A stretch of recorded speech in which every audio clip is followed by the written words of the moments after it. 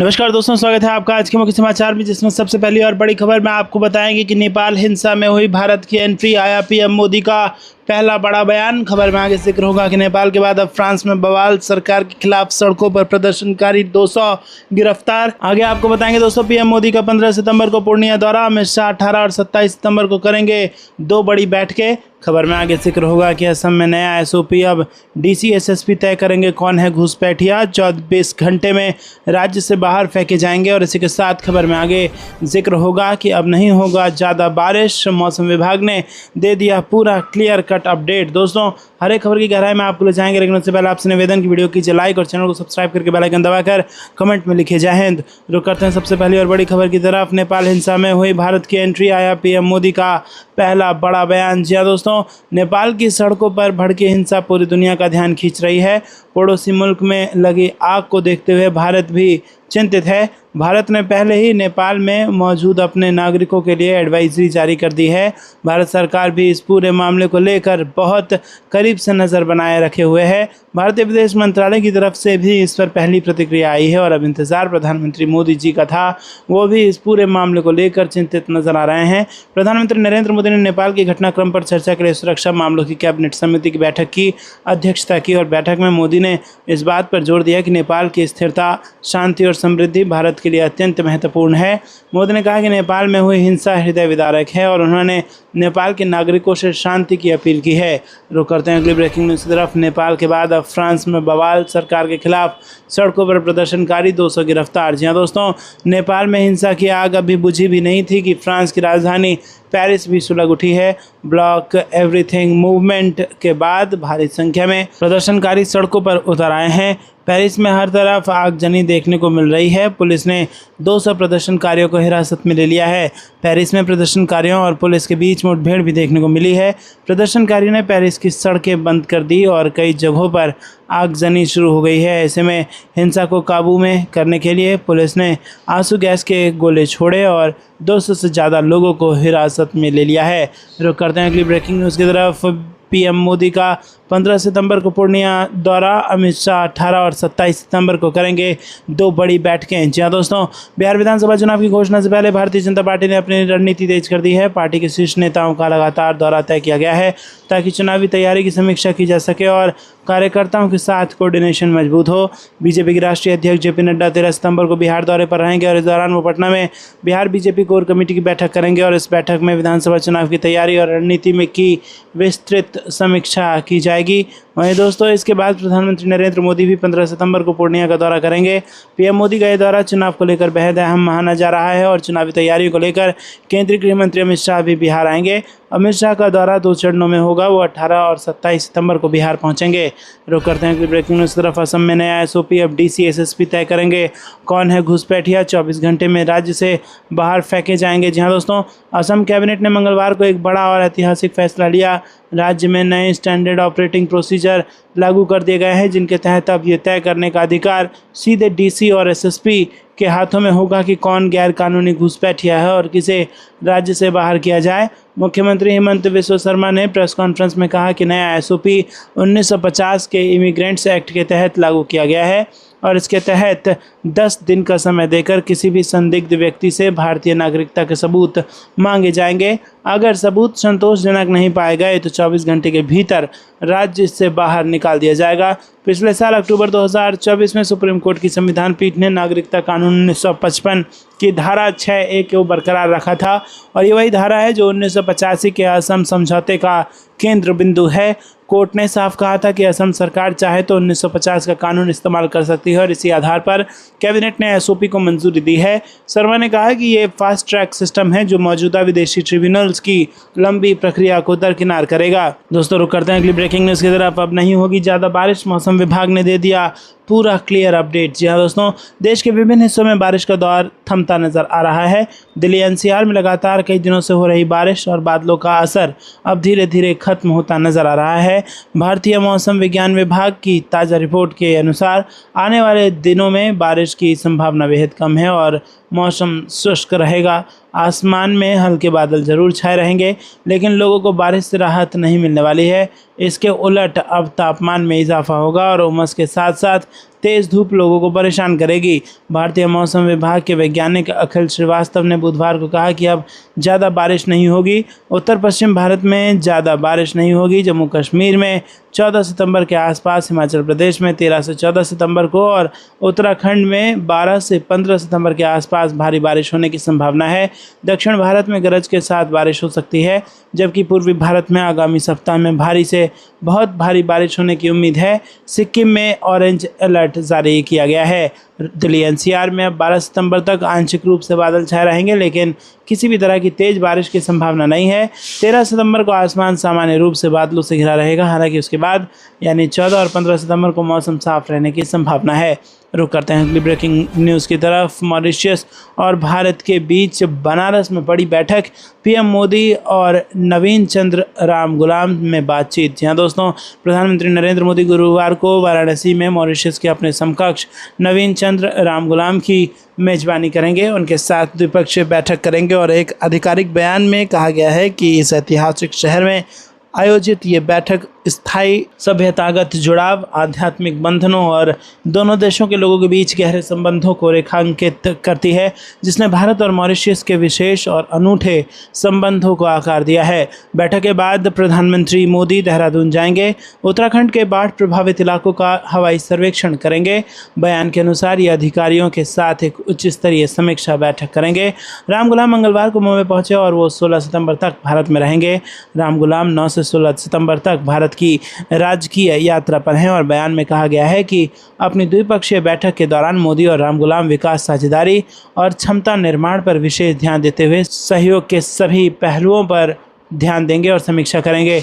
रुक करते हैं अगली ब्रेकिंग न्यूज़ की तरफ। बिहार में 100 में 60 हमारा, बाकी में बंटवारा। बिहार चुनाव को लेकर केशव प्रसाद मौर्य का बड़ा दावा। जी हाँ दोस्तों, उत्तर प्रदेश सरकार के उप मुख्यमंत्री केशव प्रसाद मौर्य ने इंडिया गठबंधन पर जोर देकर हमला बोल दिया है।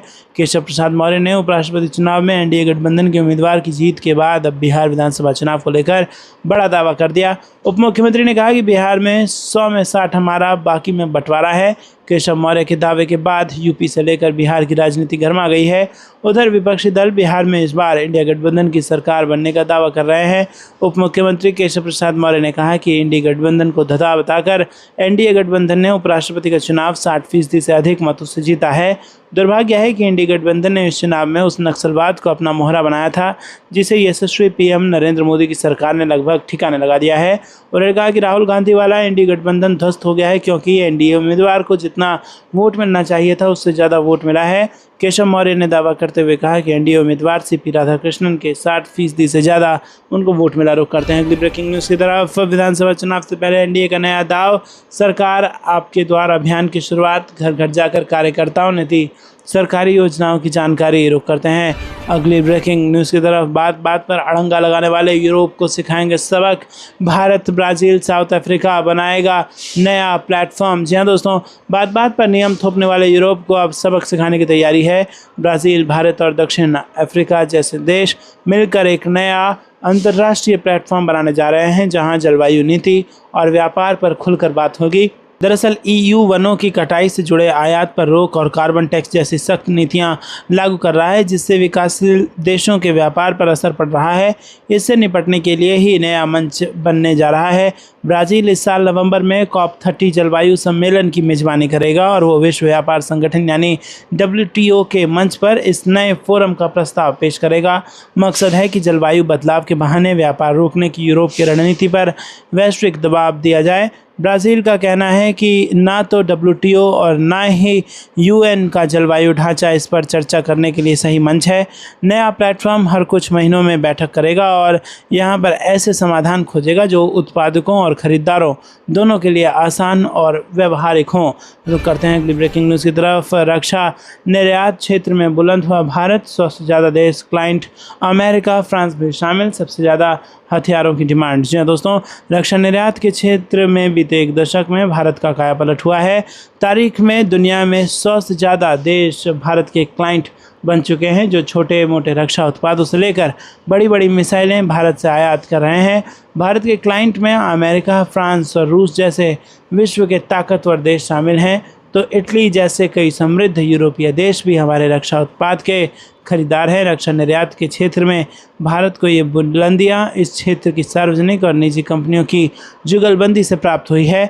भारत में बने कुछ रक्षा उपकरण और हथियार दुनिया के देशों की सेनाओं के बीच काफ़ी पसंदीदा बनते जा रहे हैं। आपको एक लगता है दोस्तों, कमेंट में जरूर बताइए। वीडियो को लाइक नहीं किया तो लाइक जरूर कीजिएगा। करते हैं अगली ब्रेकिंग न्यूज़ की तरफ। भारत के 15वें उपराष्ट्रपति बनेंगे सीपी राधाकृष्णन, 452 वोट पाकर जीता चुनाव। जी हां दोस्तों, उपराष्ट्रपति चुनाव के नतीजों का ऐलान हो गया है। एनडीए के उम्मीदवार सीपी राधाकृष्णन ने इस चुनाव को जीत लिया है और इसके साथ ही वो देश के नए उपराष्ट्रपति बनने वाले हैं।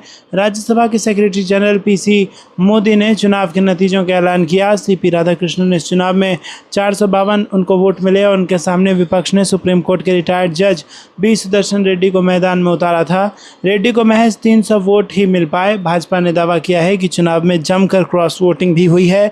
उपराष्ट्रपति चुनाव में राजग उम्मीदवार सीपी राधाकृष्णन का सीधा मुकाबला विपक्ष के संयुक्त उम्मीदवार सुप्रीम कोर्ट के पूर्व जस्टिस बी सुदर्शन रेड्डी से था। सोमवार को संसद परिसर में पक्ष और विपक्ष दोनों खेमों में सियासी गहमागहमी रही। सत्ताधारी राजग गठबंधन के सांसदों की कार्यशाला बैठक में चुनावी प्रक्रिया तथा मतदान करने के तौर तरीके समझाए गए।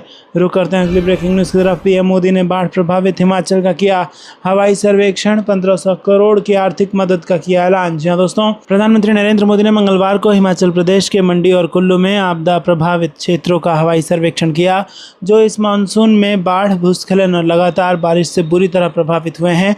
प्रधानमंत्री ने बाढ़ प्रभावित राज्य के लिए 1500 करोड़ की सहायता की घोषणा की। उन्होंने एक्स पर एक पोस्ट में लिखा कि हिमाचल प्रदेश में बाढ़ और भूस्खलन से हुए नुकसान का आकलन करने के लिए हवाई सर्वेक्षण किया। हम इस कठिन समय में लोगों के साथ मजबूती से खड़े हैं और प्रभावित लोगों को निरंतर सहायता सुनिश्चित करने के लिए हर संभव प्रयास किए जा रहे हैं। इसी के साथ आपको बता दें दोस्तों कि यहाँ पर हिमाचल प्रदेश को 1500 करोड़ की वित्तीय सहायता के साथ केंद्र सरकार एसडीआरएफ और प्रधानमंत्री किसान सम्मान निधि की दूसरी किस्त भी अग्रिम रूप से जारी की जाएगी। रुक करते हैं अगली ब्रेकिंग न्यूज़ की तरफ। विधानसभा चुनाव से पहले हर किसी को खुश करने में जुटी बिहार सरकार, युवाओं के लिए इन जगहों पर हो रही है सरकारी बहाली। जी हाँ दोस्तों, यहाँ पर बिहार में अगले कुछ महीनों में विधानसभा चुनाव को लेकर तारीखों का ऐलान किया जा सकता है। ऐसे में चुनावी तारीखों के ऐलान से पहले सरकार में बनी हुई पार्टी हर एक तबके को लाभ पहुंचाने में जुट गई है ताकि उनके वोट बैंक में कोई असर नहीं पड़े। ऐसे में युवाओं को खुश करने के लिए सरकार ने हर एक वर्ग के युवाओं को ध्यान में रखते हुए 10वीं से लेकर स्नातक तक के लिए सरकारी बहाली का ऐलान किया है। दोस्तों, आपको बता दें कि आपका सपना सरकारी नौकरी का है तो ये समय आपके लिए उपयुक्त है। वर्तमान में बिहार स्टेट के विभिन्न विभागों के तहत करीब 9000 रिक्त पदों को भरने के लिए भर्ती चल रही है, जिसमें 10वीं पास से लेकर ग्रेजुएट, पोस्ट ग्रेजुएट युवा भाग ले सकते हैं। ऐसे में अभ्यर्थी अपनी योग्यता के अनुसार जिस भी भर्ती के लिए पात्रता पूरी करते हैं उसके लिए निर्धारित तिथियों में ऑनलाइन आवेदन कर सकते हैं। रुक करते हैं अगली ब्रेकिंग न्यूज़ की तरफ। अयोध्या दीपोत्सव में बनेगा नया गिनीज वर्ल्ड रिकॉर्ड, 26 लाख से ज़्यादा दीपों से जगमगाएगी रामनगरी। जी हाँ दोस्तों, रामनगरी अयोध्या में वर्ल्ड रिकॉर्ड बनाने की तैयारी की जा रही है। पर्यटन विभाग द्वारा सरयू तट, राम की पैड़ी सहित अन्य घाटों पर दियों की श्रृंखला से अलौकिक दृश्य प्रस्तुत किया जाएगा। रामनगरी का दीपोत्सव एक बार फिर अपना ही रिकॉर्ड तोड़ेगा। पर्यटन व संस्कृति मंत्री जयवीर सिंह ने बताया कि विभाग की तैयारियां तेजी से चल रही है। अयोध्या में 2017 से भव्य और दिव्य दीपोत्सव मनाया जा रहा है और इसे बरकरार रखते हुए दीपोत्सव में भी सरयू नदी पर सबसे बड़े दीप जलाने व सबसे बड़े आरती समारोह का आयोजन होगा। इस वर्ष 26 लाख से अधिक दियों के साथ गिनीज वर्ल्ड रिकॉर्ड बनाने की तैयारी है। रुक करते हैं अगली ब्रेकिंग न्यूज़ तरफ। हिंसक प्रदर्शन से काठमांडू एयरपोर्ट बंद, भारतीय उड़ानें रद्द, दूतावास ने जारी किए हेल्पलाइन नंबर। जी हाँ दोस्तों, नेपाल की राजधानी काठमांडू इस समय भारी अशांति की चपेट में है। सोमवार को सोशल मीडिया पर लगे प्रतिबंध के खिलाफ जैन जी की अगुवाई में हुए प्रदर्शन ने हिंसक रूप ले लिया है और इसके बाद काठमांडू का त्रिभुवन अंतर्राष्ट्रीय हवाई अड्डा भी बंद करना पड़ा। ऐसे में भारत में नेपाल जाने वाली कई उड़ानें प्रभावित हुई हैं और एयर इंडिया ने दिल्ली काठमांडू मार्ग पर चलने वाली 3 उड़ानों को रद्द कर दिया।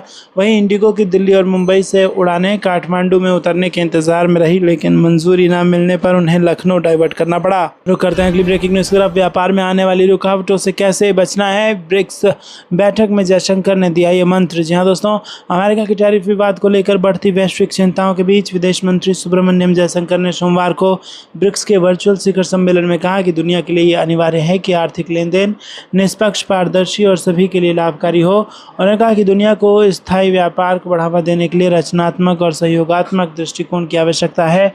बाधाओं को बढ़ाने और लेन देन को जटिल बनाने से कोई फायदा नहीं होगा, न ही व्यापार से जुड़े पहलों को गैर व्यापारिक मामलों से जोड़ने से ही कोई लाभ होगा। इस शिखर सम्मेलन में जयशंकर ने प्रधानमंत्री नरेंद्र मोदी का प्रतिनिधित्व किया। इसमें चीनी राष्ट्रपति शी जिनपिंग, रूसी राष्ट्रपति व्लादिमीर पुतिन और ब्रिक्स देशों के समूह के कई अन्य नेताओं ने भी भाग लिया। ये शिखर सम्मेलन ब्राजील के राष्ट्रपति लुइज इनासियो लुला दा सिल्वा द्वारा व्यापार और टैरिफ को लेकर वॉशिंगटन की नीतियों के कारण उत्पन्न व्यापार संबंधी व्यवधानों पर चर्चा के लिए बुलाया गया था। रुक करते हैं अगली ब्रेकिंग न्यूज़ की तरफ। रूस पर निर्भरता छोड़ अमेरिकी खेमे में आया भारत, इजरायली एक्सपर्ट ने डोनाल्ड ट्रंप को कराया सच से सामना, बताया लक्ष्य। जी हाँ दोस्तों, डोनाल्ड ट्रंप ने 50% टैरिफ लगाकर अमेरिका में भारतीय सामानों के आयात पर बहुत हद तक ब्रेक लगा दिया है। ट्रंप प्रशासन आरोप लगा रहा है कि भारत रूस से कच्चा तेल खरीदता है, इसीलिए 25% का अतिरिक्त टैरिफ लगाया गया है। लेकिन इजरायली मीडिया ने डोनाल्ड ट्रंप का सच से सामना करवाया। इजरायली अखबार द जेरूसलम पोस्ट ने लिखा है कि रूस को छोड़कर भारत अमेरिका और इजराइल के साथ आगे बढ़ चुका है। अखबार ने लिखा है कि नरेंद्र मोदी के कार्यकाल में भारत ने रूसी हथियारों पर निर्भरता काफ़ी कम कर दी है। द जेरूसलम पोस्ट ने लिखा है कि भारत को दशकों से रूस ने मिसाइल, पनडुब्बी, एयरक्राफ्ट कैरियर, टैंक, लड़ाकू विमान और अन्य हथियारों की आपूर्ति की। दिल्ली के सैन्य योजनाकारों के लिए रूस सबसे पसंदीदा साझेदार रहा है और दशकों के इस कारोबार ने एक धारणा पैदा की है कि दिल्ली डिफेंस खरीदारी के लिए रूस पर निर्भर रहा है। लेकिन हकीकत यह है कि मोदी सरकार के दौरान भारत ने तेज़ी से हथियारों की खरीदारी में विविधता हासिल की है। रुक करते हैं अगली ब्रेकिंग न्यूज़ की तरफ। पाकिस्तान को 4 दिन में निपटाया, बड़े दुश्मन को हराने के लिए क्या करना होगा, army chief general Upendra Dwivedi ने बताया। जी दोस्तों, यहाँ पर बड़ी खबर आ रही है। ऑपरेशन सिंदूर 4 दिन में ही खत्म क्यों हो गया? Army chief general Upendra Dwivedi ने आखिरकार मंगलवार को इस सवाल पर जवाब दे दिया और कहा कि हम में से ज़्यादातर लोग कह रहे थे कि ये 4 दिवसीय टेस्ट मैच की तरह क्यों खत्म हो गया। जनरल द्विवेदी ने इस बात का भी जवाब दिया है कि लंबे समय तक चलने वाली जंग की स्थिति में किस चीज़ की आवश्यकता होती है। उन्होंने इसके 3 पहलू बताए हैं कि भाई फोर्स विजुअलाइजेशन, फोर्स प्रोटेक्शन और फोर्स एप्लीकेशन। उनके मुताबिक युद्ध कितने लंबे समय तक चलेगा, इसके लिए इन बातों पर गौर करना ज़रूरी है। सेना प्रमुख जनरल उपेंद्र द्विवेदी ने कहा कि रूस यूक्रेन युद्ध में जो फोर्स विजुअलाइजेशन किया गया उसका अनुमान गलत था। ज़्यादा समय तक युद्ध में टिके रहने के लिए हमें ये समझना पड़ेगा कि दूसरी तरफ किस तरह की टेक्नोलॉजी उपलब्ध है। दोस्तों, रिपोर्ट के मुताबिक उन्होंने AIMA के 52वें नेशनल मैनेजमेंट कन्वेंशन को संबोधित करते हुए ये बात कही है। रुक करते हैं अगली ब्रेकिंग न्यूज़ की तरफ। चीन की चाहत का निकला दिवाला, भारत ने लगा दिया मजबूत ताला। ग्रेट निकोबार प्रोजेक्ट से बंगाल की खाड़ी और हिंद महासागर पर पहरा। जी हाँ दोस्तों, बंगाल की खाड़ी और अंडमान सागर की समुद्री सीमा पर दूर तक फैला हुआ अंडमान और निकोबार द्वीप समूह, इसके उत्तर और पश्चिम में भारतीय अनन्य आर्थिक क्षेत्र बंगाल की खाड़ी में आता है। वहीं इसके पूर्व में अंडमान सागर आता है और यहीं पर कई जलडमरू मध्य हैं। ये दोनों को उससे आगे के शिपिंग मार्गों को जोड़ते हैं। भारत के EEZ के भीतर 10 डिग्री चैनल दुनिया के सबसे शिपिंग व्यापार मार्ग है, जो मलक्का और सिंगापुर जलडमरू मध्य जैसे बेहद संकरे रास्ते से भी जुड़ता है। ये क्षेत्र बहुत बड़े हिंद महासागर क्षेत्र का हिस्सा है, जहाँ से दुनिया का 90% व्यापार गुजरता है और ये उस विशाल हिंद प्रशांत क्षेत्र का हिस्सा है जहाँ अधिकांश वैश्विक समुद्री कारोबारी गतिविधियां होती हैं। और ये जानकारी इसलिए है क्योंकि इसी अंडमान निकोबार द्वीप समूह के ग्रेट निकोबार इलाके में केंद्र सरकार ग्रेट निकोबार प्रोजेक्ट बना रही है, जिस पर कांग्रेस नेता सोनिया गांधी ने लंबा चौड़ा लेख लिखकर आलोचना की है और राहुल गांधी ने भी चिंता जताई है। दोस्तों, रुक करते हैं अगली ब्रेकिंग न्यूज़ की तरफ। चंद्रयान 4-5 पर काम जारी, 2027 में मानव मिशन, इसरो अध्यक्ष ने बताई भविष्य की योजनाएं। जी हाँ दोस्तों, भारतीय अंतरिक्ष अनुसंधान संगठन के अध्यक्ष वी नारायणन ने मंगलवार को घोषणा की है कि इसरो चंद्रयान 4 और चंद्रयान 5 पर काम कर रहा है। उन्होंने ये भी बताया कि अंतरिक्ष स्टेशन का पूरा मॉड्यूल 2023 तक कक्षा में स्थापित कर दिया जाएगा। मीडिया से बात करते हुए इसरो के अध्यक्ष वी नारायणन ने भविष्य के लिए इसरो की योजना का साझा किया और कहा कि अगले 3 वर्षों में हम जिन उपग्रहों को स्थापित करने जा रहे हैं उनकी संख्या वर्तमान संख्या से लगभग 3 गुनी होगी। दूसरी बात यह है कि हम बिना किसी लागत में वृद्धि किए अपने मार्क 3 लॉन्चर की पेलोड क्षमता को 4000 किलोग्राम से बढ़ाकर 5100 किलोग्राम करने पर काम कर रहे हैं। दोस्तों, आपको कुछ लगता है कमेंट में जरूर बताइए। वीडियो को लाइक नहीं किया तो लाइक जरूर कीजिएगा। रुक करते हैं अगली ब्रेकिंग न्यूज़ की तरफ। भारत तो गजब करने जा रहा है। चीन, पाकिस्तान, तुर्की की तिकड़ी का दिमाग घूम जाएगा। बॉर्डर पर लगेगा एडवांस रेडार सिस्टम। जी हाँ दोस्तों, भारत अब अपनी ड्रोन शक्ति को उस मुकाम पर ले जा रहा है जहां से चीन, पाकिस्तान और तुर्की के लिए सीधी चुनौती शुरू हो चुकी है। ऐसी खबरें आ रही हैं कि भारतीय सेना उत्तरी और पश्चिमी सीमाओं पर एयर सर्विलेंस नेटवर्क की कमियों को दुरुस्त करने की तैयारी में लग गई है। द इंडियन एक्सप्रेस की रिपोर्ट के मुताबिक पाकिस्तान में छद्म निगरानी और हमलावर यूएवी की घुसपैठ को रोकने के लिए सेना उन्नत रेडार लगाने की योजना बना रही है।